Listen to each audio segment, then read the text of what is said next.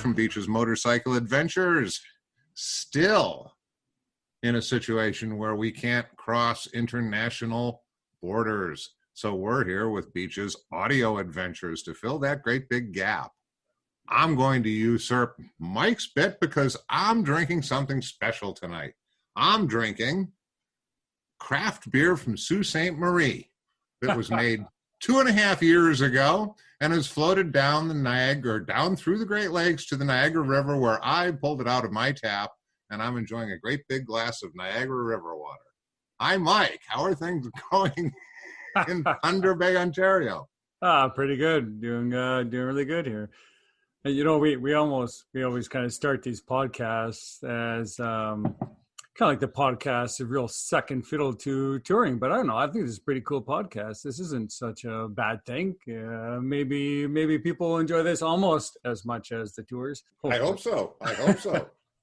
Because it's the stepping stone for your career to fame and fortune. Just like who was that? Joe Rogan, or is that?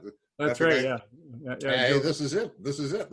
I'm so pleased to be involved on this level of your career, Mike. Or maybe Simon Kafar from racer to announcer. You know, we're morphing into that second part of our career. You're going to have to work on the pronunciation before you go live. But today I poured myself a nice drink of scotch. This was from a private bottling from Highland Park Distilleries. I know a guy who knows a guy, so I was able to obtain a bottle. It's about a 17-year-old scotch, and I thought I enjoy this because our guest today is, in a similar way, is really aging well. I think she's doing it right. And our guest today is Mardelle Peck. Welcome aboard, Mardelle. Thank you. I'm happy to be here. Perfect. So we had you on because Gretchen saw the video of you turning into, the basic story is you decided to turn into a racer at age what again? 65. 65.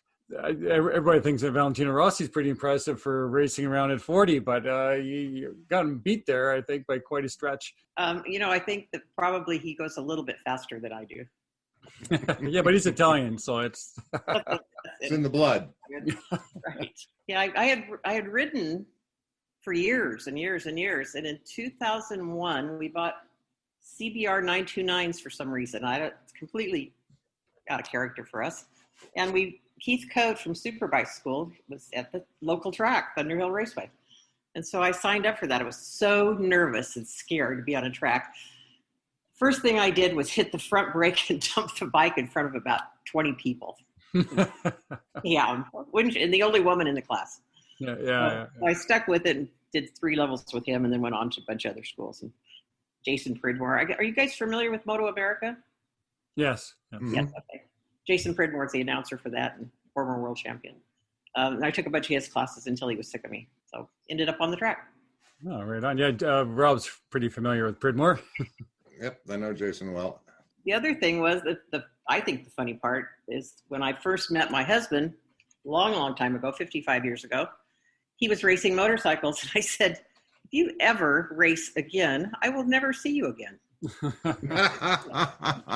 pulled the front wheel off the ground and off he went. I thought, I don't think that's going to work very well. So that's how we started out. So I thought nobody in my family had ridden motorcycles that I knew of. So when did you start riding?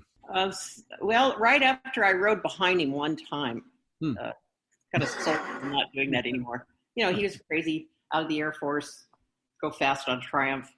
And like I said, I did one trip and decided I better learn how to ride. And so I started riding I was probably 21, right around there. Mm-hmm. Well, you didn't need licenses back then. You could just scare yourself to death. But the best thing I ever did was he got me on a dirt bike. And that was a challenge.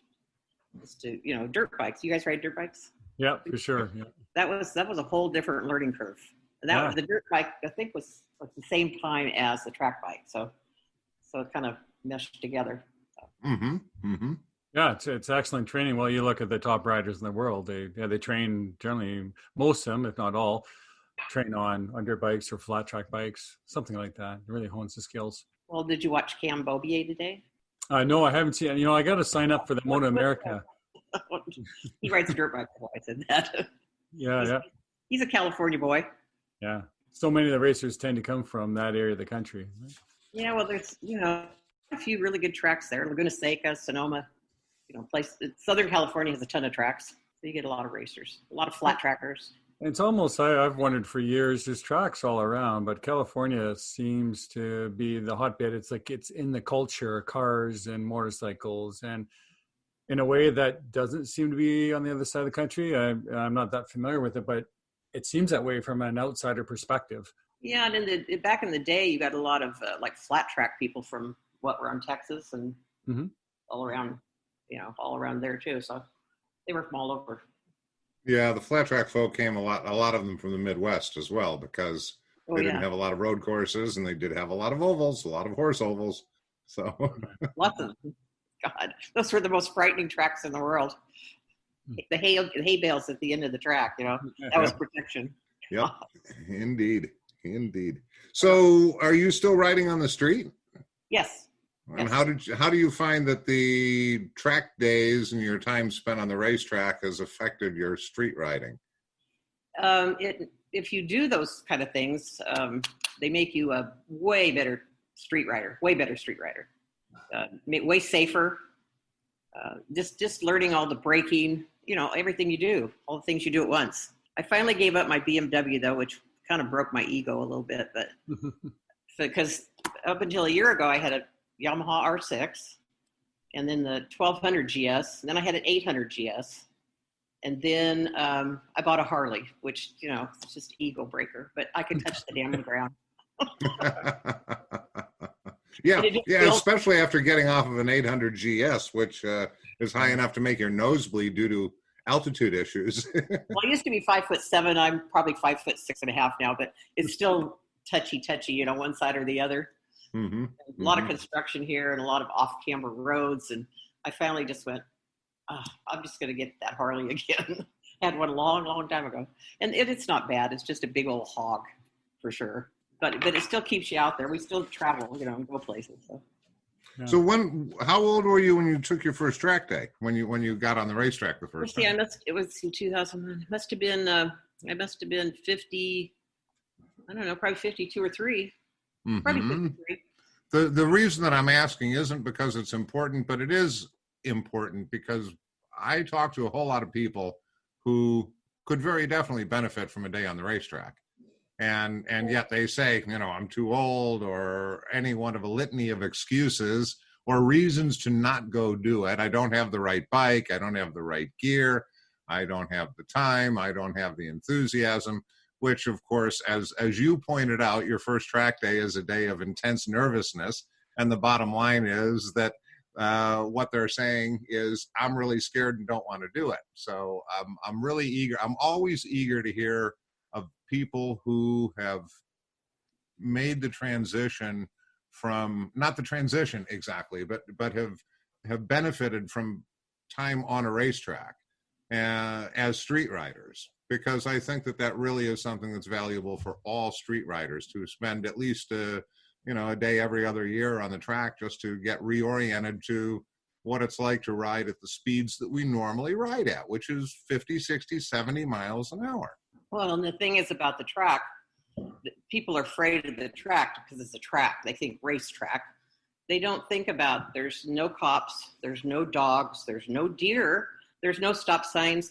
It's just you on the track. And the track is so big, you're usually spread out from all the people.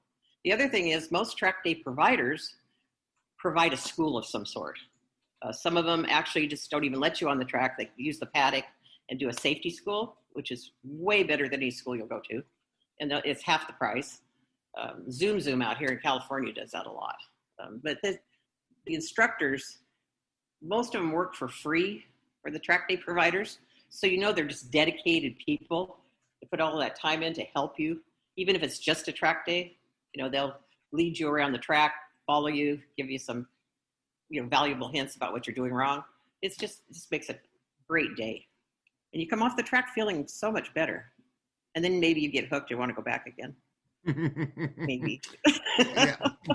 I think that's a frequent occurrence. I think I have 10,000 miles just at Thunderhill Raceway in California. And then I don't know the rest of the place. I've been to Mid-Ohio, been to Miller in Utah, Laguna Seca, Chuckwalla down in Southern California, Sonoma. I think that's all. But, that's every time you have to go to a track, you have to learn that track. And that's why the instructors are valuable at that time. So, yeah, go to the track, learn how to ride. On that note, do you have like racer friends and other friends, or is it just racer friends? Because obviously what you're doing for fun at that time anyways is highly unusual for people, men or women of your age. So I'm just curious how that goes if you're playing pinochle and say, yeah, next week I'm going to Laguna Seca to do a track day. You do align yourself more with people that understand what you do for fun. You do tend to do that. We have a real circle of friends. We have people that are pilots, people that are, we boat all the time. Ron's a captain. So we have all different kinds of circle of friends, which is fun. But the camaraderie of the people at the track is what keeps you going there. Like you camp out there, you'll have a big potluck dinner that night, have a couple drinks. So it's just that camaraderie keeps you going too. Yeah, and people that I've mentioned this before with other guests is people that get what you're talking about, as opposed to friends that never do anything like this saying, oh, you're crazy, you're gonna die, you're gonna whatever, because they don't understand. They've never been there. And, my own sister, actually, she worked 1 or 2 days at the track doing payroll at Thunderhill.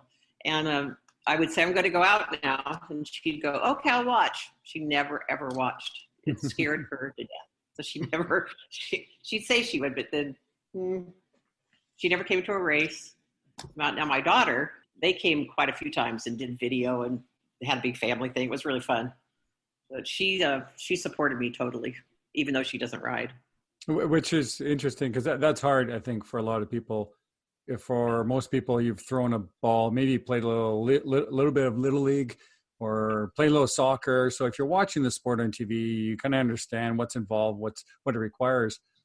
For people who've never ridden a motorcycle, to even understand what you're doing on the track, it's very difficult for them, I would imagine. And that's where, when they don't have knowledge of what you're doing, they think it's crazy or scary.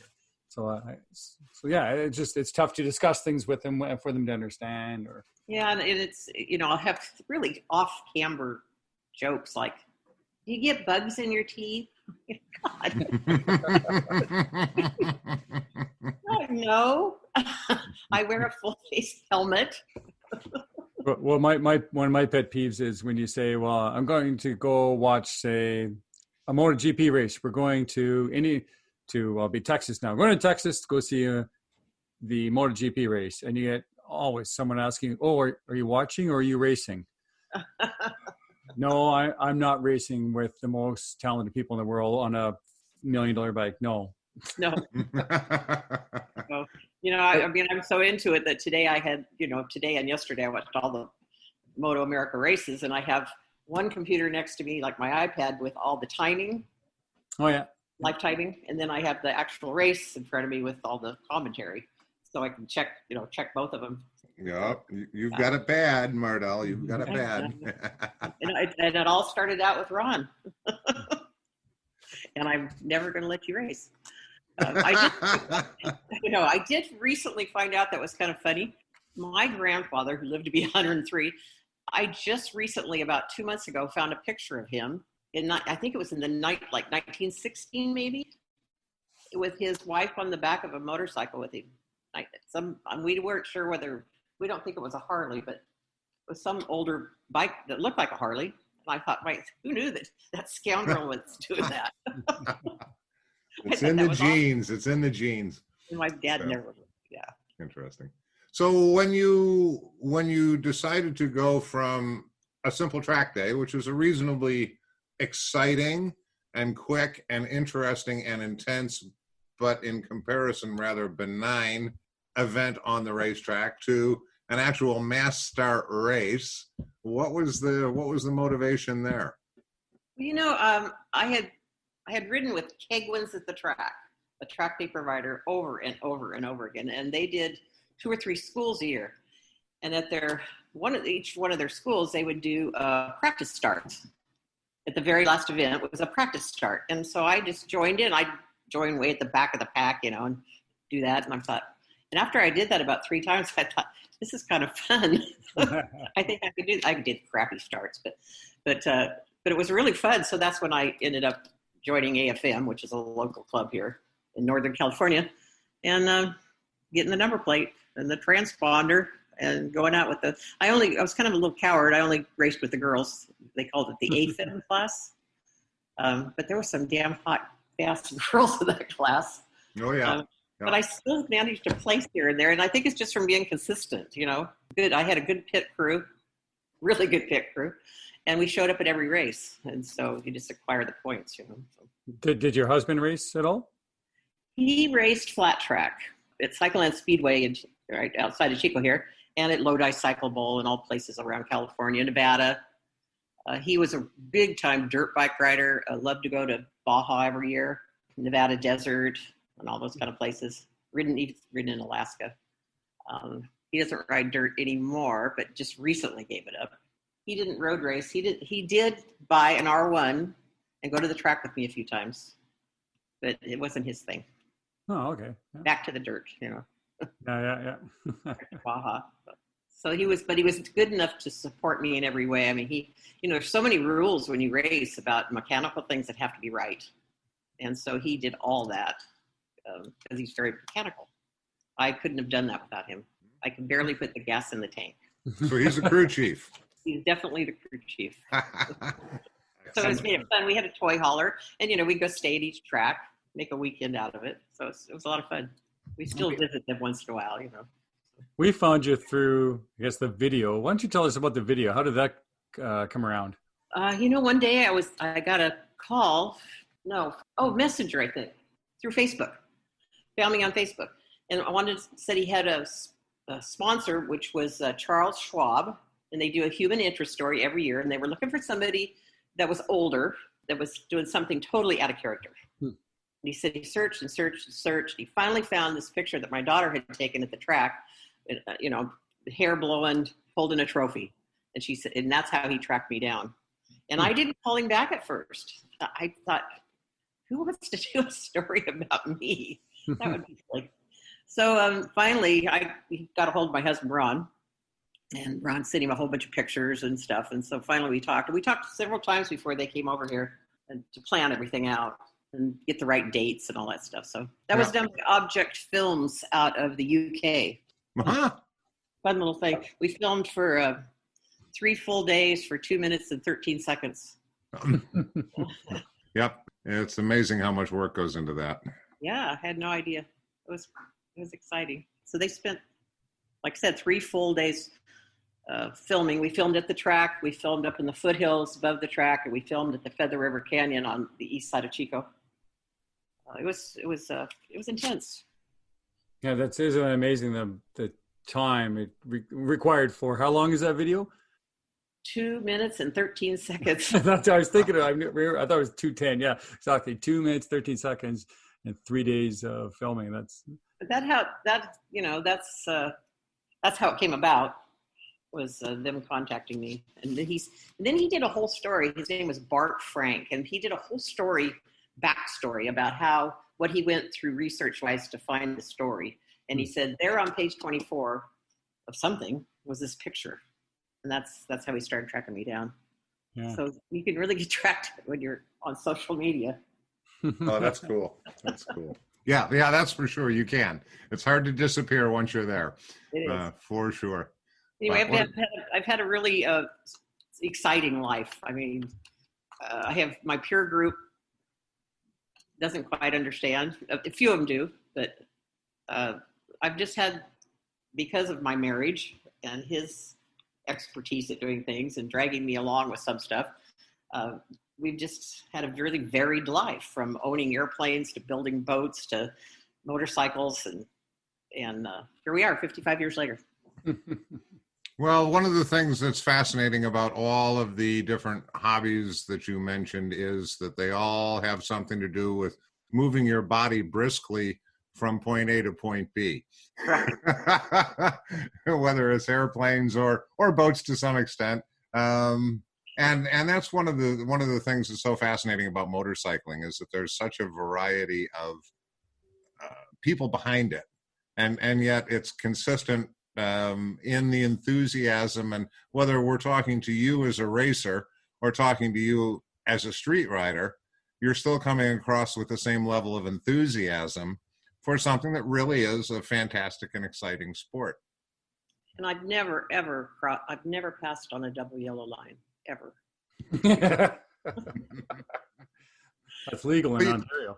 You've got a few of them out in California, that's for sure. Well, we've got the Feather River Canyon, which is really a terrific ride, and you get these car people that think that they can stay ahead of you in some way, and so they finally, after about Ron and I can talk to each other, we have communication, and we'll say, you know what, they just passed the third perfectly good turnout, so we just go. Yeah. Sorry. Yeah. Well, we've got way too many double yellow lines in our country, that's for sure. A lot, and too many speed bumps. Yeah. But that's also because we don't do a very good job of training our drivers or riders on a regular basis. It doesn't take a whole lot of intelligence, skill, or study to be able to pilot a great big heavy vehicle around on the roads in America. Exactly. And it's gotten worse and worse too, as far as training. So you can actually, as an adult, just go to get a motorcycle license without going to the school. Without a test at all? Yeah. Well, you have to take a test, a written test, and they do some little dido things in the parking lot. You have to drive around a circle between the two little lines and do some braking, but not much. Mm-hmm. Not much. Yep. Yes, I know. It's really sad. And the fallout from that is that when there are accidents and carnage on the highways, what they tend to do is to buckle down the roads, not train the drivers better, but bring the speed limits down, turn it from a passing zone that it's been for the last 30 years into a no passing zone.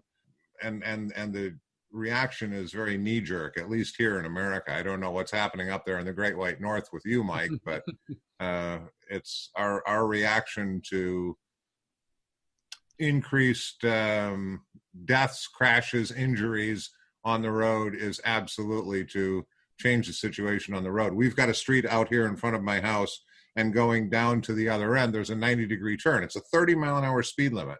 And you come up to this turn, and there are now 6 signs telling me there's a right-hand turn. And these things are huge. And at night, when you're driving down there, it's like you're driving into a stadium full of lights for a football game. But it's just the reflection of your headlights on these 6 signs. It's really crazy. And yet people will drive off. Yeah. Well, that's why they have 6 signs, I guess, because 5 people drove off after they put the first one up. In Ontario here, there's very few laws left that they can enact, it seems. We love laws. What I've found over the years with people is when you talk about driving or riding, and this applies to both, of course, is that once they get their license, the attitude there is basically, I'm done, I'm there. And when I've talked about more advanced driving techniques, different things that I do or whatever in a car or motorcycle, people will ask, well, they don't teach that in driving school. And you got to explain to them, yeah, because you just graduated grade school math, let's say. So you've got 6 times 9, and you know how to do that. Remember, you have high school math, university math, you can get a doctorate in math. You've got the very basic stuff. They taught you the very minimum they thought will allow you to not die, probably. But people don't get that. They think, oh, I got my license. I'm done learning. I'm here. And it's a real problem, I think, because people stop learning. The attitude in their head is, I'm good. And when you start talking about driving, whatever, the listening stops because they know, I've been driving 20 years. I'm good. Well, and with that in mind, I'm so amazed at the people that don't wear all the gear all the time. You got to wear all the gear all the time. I don't care how hot it is. They have these little beanie caps on that they clip on. I don't know how you guys feel about helmets, but I mean, I've worn one when there wasn't any law. Yeah. We travel into some of the states where there's no helmet laws, and I'm not going to say I wear it 100% of the time, but pretty close. Yeah. And often explain more to non-motorcyclists. I said, the air is kind of dirty.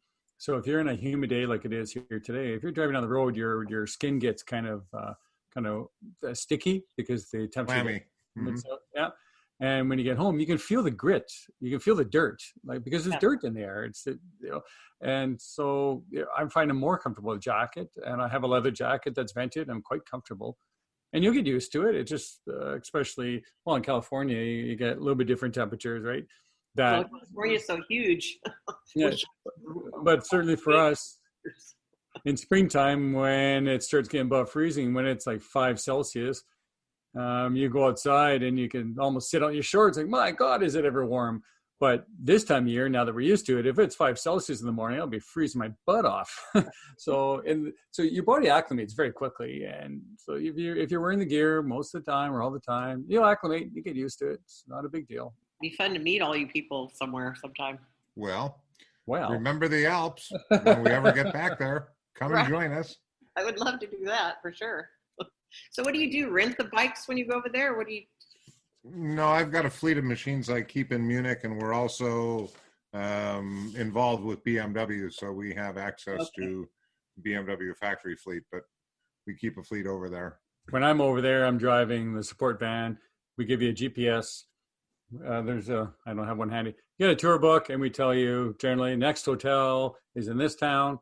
Here's 4 routes we suggest you take. They're in the GPS. You can take whatever route you want, but here's the good stuff. Rob knows all the roads and how to get there and how long it'll take. So you can ride with Rob if you want, or you can just go on your own, and we'll see you. Try and be in by, say, 7 o'clock at night. If you're not, give us a call so we know you're okay. So that's a great idea, because we quit riding with groups a long time ago, but it was always horrible in a group. That last person putting on their helmet, and that last, and we had, at the time we had Beamers, and we were with some Harley people going to the coast, and we took them on this road we thought was awesome. It's paved. I mean, it wasn't a dirt road. And they were so panicked by the time we got to the coast. They said they saw themselves coming and going. It was so twisty. If that road scared you, maybe you should rethink your riding, maybe. Yeah. Well, they just do it differently. It's, the thing that is very dangerous as a motorcyclist is to assume that what we're doing is the best way or the only way. And I kind of get that now. As I get older, I get a little more chill and realize that, these people that are riding around on their Harleys on roads that I am not particularly interested in are still having a good time. They're not sitting at home. They're actually out. They're out and they're doing something. And that's a very, very positive thing. As we post some of our routes or tracks of where we've been, and people are looking at them with the twists and the turns, you'd look at it and say, whoa, that looks great. I want to go check that road out. And your Harley friends would say, are you kidding me? Whoa, isn't there a straighter road somewhere nearby? But it's interesting that there are so many different ways to do it here, at least. And that's really the beauty of it, is that motorcycling is something that you can take from the extreme of simply cruising around through the state park with a double yellow line and putting along at cruising speed that you're going slow enough that you can listen to your stereo, or as you're playing around now and again and you're off on the racetrack and doing something that's significantly faster and takes significantly more concentration on what you're doing, and it's all good. It's all part of motorcycling. We always talked about that, that the Harley riders do get out and ride. I mean, they ride. Yeah.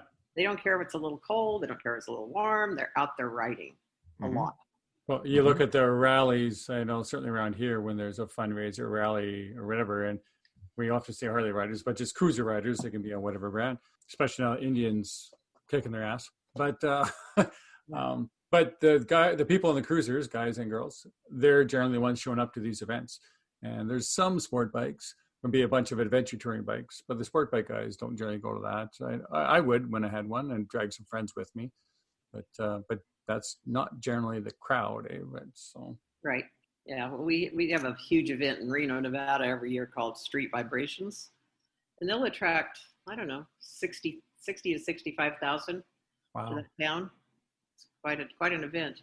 Hmm. Hmm. And this is coming to you. This podcast is being recorded on Sturgis weekend, I think, isn't it? Yeah. Yes. Yeah. So that's going on right now in the middle of our COVID days. In 2020, there are 200,000 people gathering in Sturgis. Yeah, or what as I like to refer to it as Sturvid. Yeah, I have some people on Facebook that are there and are posting pictures, and it's just a mass of people. They're crowded together. It's just amazing how many people are there. Yeah. Like, well, it will be very interesting to see what comes of that in the middle of this pandemic. And I certainly hope that it would be wonderful if nothing comes of it. Yeah, it would be wonderful if nothing happened. But I can't imagine something will come of it. It's just they're just so close together in bars and all over the place. So we'll see. I'm afraid you're right, and I hope we're all wrong. Yeah, I hope so too. I know. I look at those images. We're in a kind of a isolated area. There's not a ton of people here. Thunder Bay is a town of about 110, 120,000 people. But I look at images anywhere of 100,000 people together. I think, oh my God, I don't want to be within 100 miles of that place. We're just not used to that many people. Some people like that stuff, just like the other stuff. But we've been to Bike Week a couple of times, but generally avoided all that nonsense. Like, no, I went to watch the more. I went to watch the Daytona 200. I didn't go to hang out on the strip to see the millionth cruiser go by that's chopped in a pipe that's obnoxiously loud. And it's obnoxiously loud. Yeah. Yeah, we didn't do that to the Harleys. We both have Heritage Classics, but they just have the normal sound. So tell me, how annoying is it to drive slow behind the film car on a racetrack? Oh my God. I couldn't even get a body position right. Yeah. I was watching, I was thinking that you look kind of, because you're going so slow, how could you? These kids didn't know anything about motorcycles. I loved them to death. They were wonderful. They were enthusiastic. But I'd go down the front straight and I'd get to the end. They'd come up and go, you have to slow down. And they're in the back of a minivan trying to film me, you know? And so I'd slow down. And it was just really hard to slow down. It was in slow motion. They had a drone. That was kind of cool. Yeah, it was really tough. But they, I tried to get them there on race weekend because that next weekend was race weekend, but they didn't seem to care. They wanted the story to be told, and that was right. It. And that was good. It had a moral to the end of the story. And did you watch the video? Yes. Okay. The very last scene with the sun setting? Yeah. Where I would say, don't look back and say, I wish I would have done that. That's right. Yeah. Right. Well, that sunset that night, it was pretty warm, and we were in our gear waiting for that sun to set. And you cannot believe how long it takes for the sun to set to get that shot. Yeah, for sure. Get the shot. It's like waiting for water to boil. It's like, oh my God, exactly. But they got the shot, It was a great fun. They shot a little bit of a promo video. I'm a firefighter, and they were doing, I can't remember what the video was for. They had a production crew come in, film these guys we're doing some live fire training. And so they had the crew filming the guys. And so a similar thing, they had them do the same thing over and over again to get multiple shots. So they were sure they got a good take of it, but they had the truck drive around in circles because they wanted to get a shot of the truck driving in. And so this truck drove around circles, like 15, 20 times. And the guys in the back of the truck were almost tapping out like, okay, I'll get a shot of us puking as we get out the back of this thing pretty soon. But that's TV, I guess. You do the helicopter firefighting up there? No, not up here. No. Okay, when I was we were in Revelstoke one time in Canada, and the firefighters were there, and they had a bunch of helicopter pilots, and those people are crazy. So they do in the winter they do skiing, drop people off skiing in helicopters, and then in the summer they do the firefighting. So they're pretty fun. Yeah, the fire jumpers. So that'd be the Ministry of Natural Resources. They take care of the bush. We're just strictly city. But yeah, I know in some areas they have the fire jumpers. I think just out in BC. I don't think they do it here, but yeah, for That was, sure. yeah. So are you still getting out on the track at all? No, I have not gone on the track for a year. Okay. You know, it would be a whole other commitment because I sold the R6. So, and my leathers, I've had them so long. I'd have to get new leather. It just wouldn't be worth it. Mm-hmm. You know? Mm-hmm. I mean, I might go out one time and the track day provider, Kegwins at the track, sold to someone else. I can go for free for life, you know, if I want to with them. So they have a couple smaller bikes like the Kawasaki's 400s. Yeah, that they would loan me, I'm sure, but I don't know. It's like I said, it's just a commitment. Actually, those look like they'd be a ton of fun because they have the 400 series class in some areas, and yeah, those kids never turn off the throttle; they just pin it. They're pretty fun to watch. Yep, they are, and same thing with the Moto 3 class in the Moto GP. It's they're slower, but they're faster. we have a kid from the United States, Joe Roberts. Yep. In the Moto 2 that Yep. just placed second today in Yep. Bruton. Yeah. so is that Joe Roberts? Is he related to Kenny Roberts? No. Oh yeah. No, he's about 180 degrees different than. Do you know Kenny Roberts? No, I've read many stories. Mm-hmm. Anyway, no, this kid is a really nice kid. Okay. This kid's a super kid. Yeah. So I was happy to see him do well there. I've never heard of that bike though. What's he on? All of them were on the same bike. It started with like a Z. I don't know. They were all the same bike, Moto 2 bikes, and I don't. Oh yeah. No, they're all Triumph motors now. Yeah. Well, they are. The Triumph motors, and then I don't know. yeah, because they build their own chassis. They use a spec motor. Yeah, so they get all kinds of different names because they're just building the chassis, or they're not. They bought a chassis off somebody else, but they're sticking their name on, basically their team name on it, and then going from there. It's a neat class. So if you want to look at some really cool old reproductions of Triumphs, you should look up my husband's website. Actually, on Facebook, he has a page too. It's Ron Peck Motorcycle Restoration, and you can see some of the bills he's done. He used to just take a box of parts and then make something out of it. Mm-hmm. So he's got one of them in a museum in England, one of them with a collector in Australia. So yeah, they're kind of all over the place. A couple in Texas. And is he still doing that? No, he just did it for a hobby for years and years. We had a really nice shop behind our house. We sold all that, but years and years, just something he always wanted to do, always did since we've been married. RonPeckMotorcycles.com. Ron, I think it's under Ron Peck Motorcycles. Is it restoration? No, just motorcycles.com. Or you just have a Facebook page too that we haven't done anything with for a while, but there are some pictures on there. Excellent. We'll look it up. Well, yeah.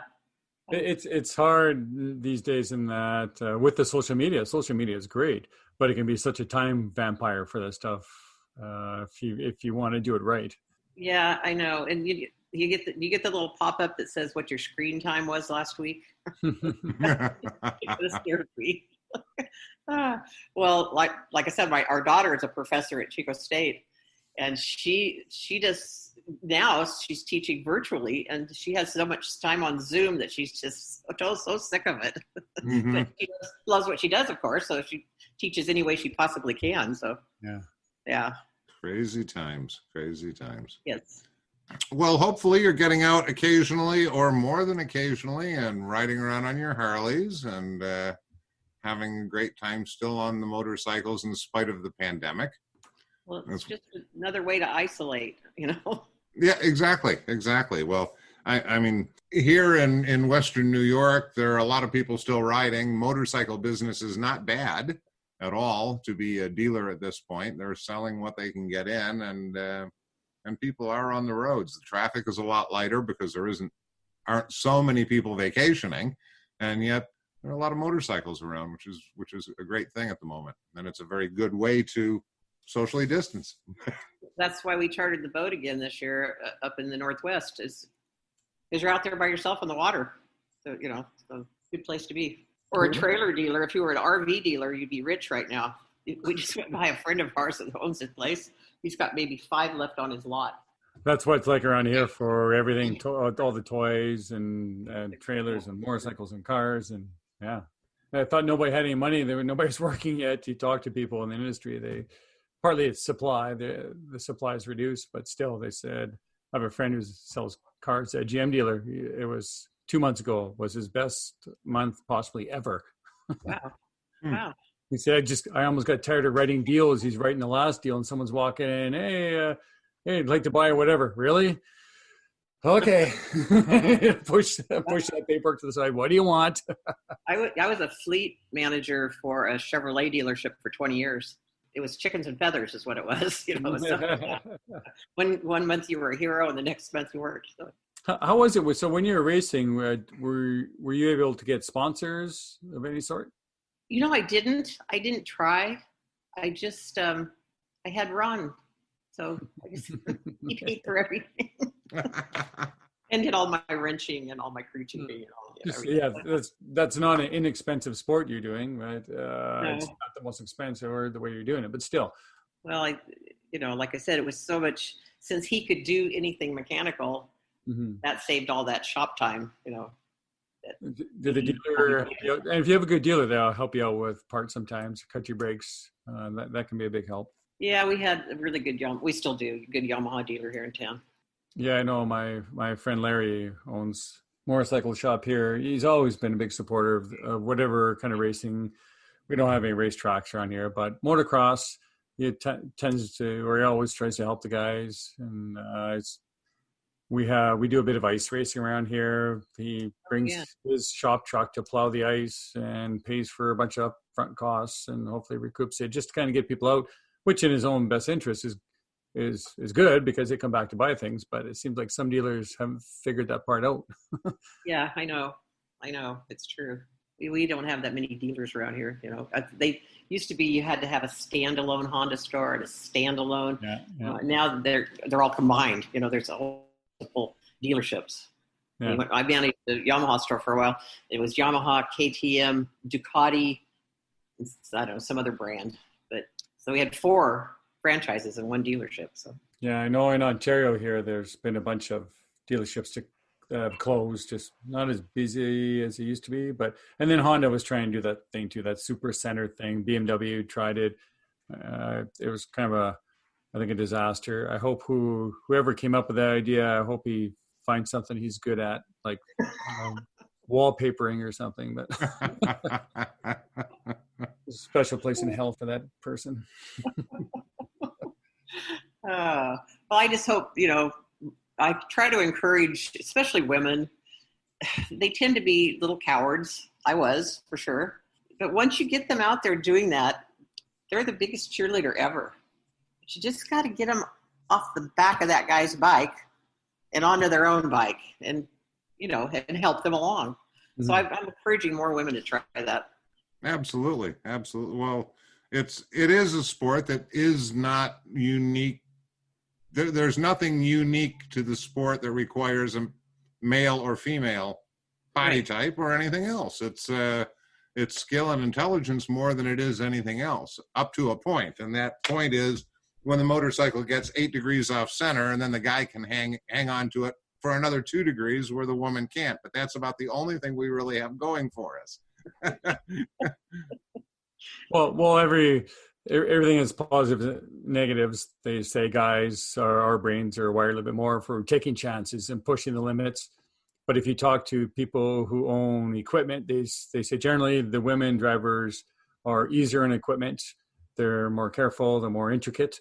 So like anything else, there's positive and negatives. What you lack, maybe a little bit of strength, you'll make up more in a little bit of precision or in other ways, right? So, well, I can tell you that very frequently when we have couples coming from the Midwest, as an example, where they're each riding their own motorcycles, but they're coming from the Midwest and going to Europe with us, they're moving into a very different set of circumstances that neither of them may be at all familiar with.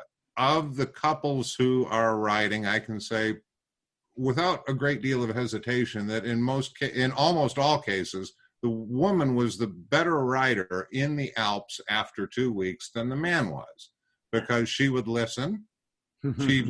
She would take my advice and try it. Whereas the guy often knew what he was doing. He was in a place that he wasn't really comfortable, but he knew what to do. So off he went to do it. And the woman would listen carefully. And after 2 weeks, she's riding around without a problem. And he's putting himself in situations at times that I consider to be really awkward and dangerous. So the woman, in almost all of those cases, turned out to be the better rider between the two, with a little bit of training. You know, they both came in nervous. They both came in realizing they were well out of their element, and the reactions were very different. Now, whether that could also reflect on me as an instructor, not being able to get across to the guys quite as well, I don't know. But in fact, many times I would be looking in a rearview mirror and seeing the woman doing exactly what should be done in a particular set of circumstances, and the guy somewhere else, and I'm thinking, what's he doing over there? I have friends who teach at the motorcycle school that we have here, and they say the exact same thing, Rob, that you have the two brand new riders that show up, the young guys, the young girls, and the often the girls by the end are riding better technically because the guys stop listening. They have a little bit of strength to make up with a few mistakes they make, and they probably ridden a dirt bike here or there, so they know a little bit of stuff. Whereas, so they've already formed their bad habits; they're good to go. And whereas a lot of times that the women haven't, and so they listen and they'll do the drills and take them serious, and they come out at the end of it as a better rider. Well, there's more to it than just letting out the clutch. Yeah, for sure. Part of it. Absolutely.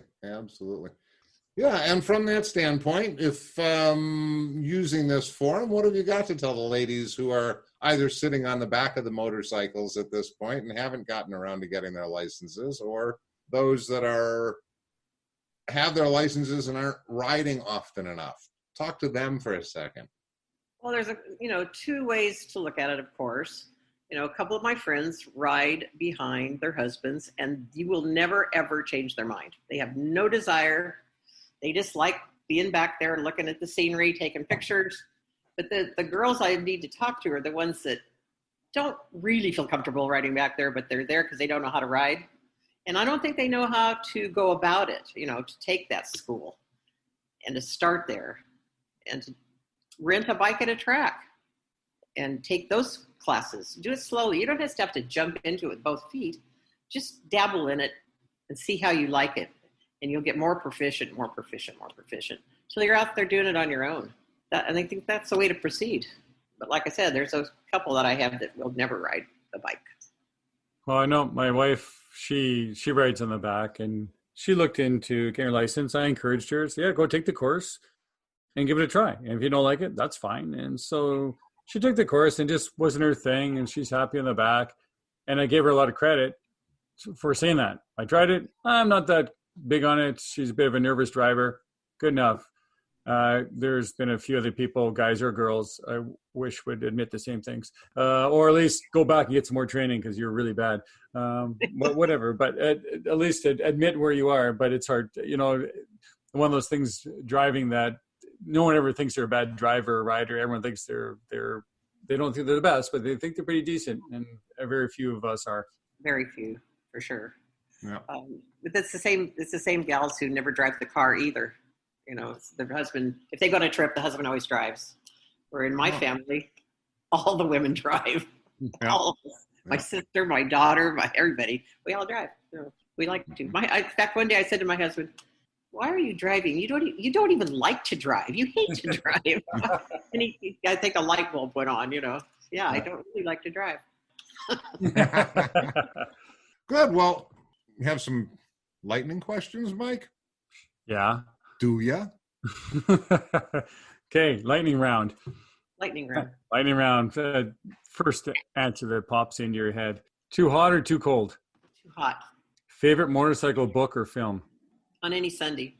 Red or white wine? White. Tinted shield or clear? Clear. Sushi or tacos? Tacos. How about sushi tacos? No sushi for me. Track you would like to ride on that you haven't? The Ridge in Washington. Cycle News or Road Racing World? Road Racing World. Last one, most important one. favorite motorcycle podcast? Favorite motorcycle must be beach. Beach adventures. and you don't fail if you don't answer that way, but that's a good way to answer. Well, thanks so much, Mardelle, for coming on our little podcast here. It's great talking to you. And you're an inspiration not just for other women, but for people like myself. When you think sometimes as you're getting older, am I going to be able to do some of this stuff when I'm 60 or 70? And you're yet another case of, I'm not only can you just drive down the street and go to the donut shop, you can ride with speed and purpose, and we can travel the world, and we still have a blast. We can still push the limits, possibly a little slower than I'm now, but maybe not. I'll be 74 Thursday. This Thursday. Well, happy birthday. Well, thank you. And may next year's birthday be even cooler than this year's, and on and on and on. Yeah. Yes. Well, I really enjoyed this. Thank you so much. Robbie, can you imagine that? Celebrating your 75th birthday on a European motorcycle tour? That would be awesome. 2021. Mardelle, think about that. Stay in touch with us. Keep an eye on what we're up to. And I know some little roads, and I know some wonderful hotels, and I know some great restaurants. I'll bet you do. For sure. Thanks so much for your time. Go well and have great fun on your Harley. Thank you so much.